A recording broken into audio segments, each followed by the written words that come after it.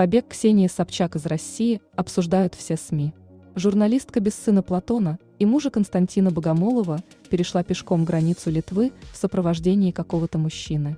Брошенный супруг один отдувался во время обысков, которые прошли в загородном особняке телеведущей и в ее машине.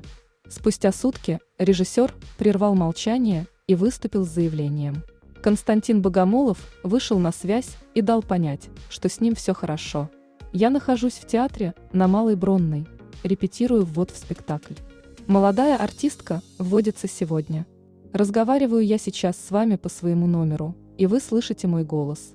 Могу сказать только одно: не нужно питаться слухами и верить слухам». Это первое заявление Богомолова после обысков в доме Собчак и ее побега за границу. Известно, что Собчак перешла границу с Литвой по израильскому паспорту. При этом свое второе гражданство она долго опровергала. Фото израильского паспорта на днях выложила в своем телеграм-канале другая журналистка Тина Канделаки. А ранее на эту тему высказалась официальный представитель МИД Мария Захарова. Честно говоря, даже представить не могла, что разоблачителька и борцыня с лицемерием настолько лицемерна. Полгода высмеивала тех, кто задавал простой вопрос: есть ли паспорт или вид на жительство другой страны. И вот ДГБ Литвы за нее ответило гражданство Израиля. Представляю, как сейчас покрылись испариной все, кто через ее ресурсы продвигал заказные материалы, в том числе и в отношении государства, госслужащих. Это уже не черный пиар или шантаж, тут посерьезнее делишки. Побег Собчак связан с уголовным делом о вымогательстве.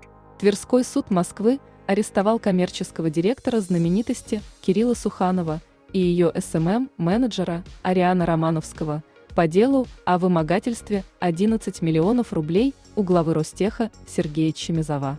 Сейчас Ксения залегла на дно в Вильнюсе. Вот только власти Литвы из соображений безопасности могут выслать незваную гостью в одну из стран, гражданкой которых является. По запросу посольства ее могут депортировать либо в Россию, либо в Израиль, гражданкой которого она, как оказалось, является. Как будут развиваться события, покажет время. Подписывайтесь на канал, впереди много нового.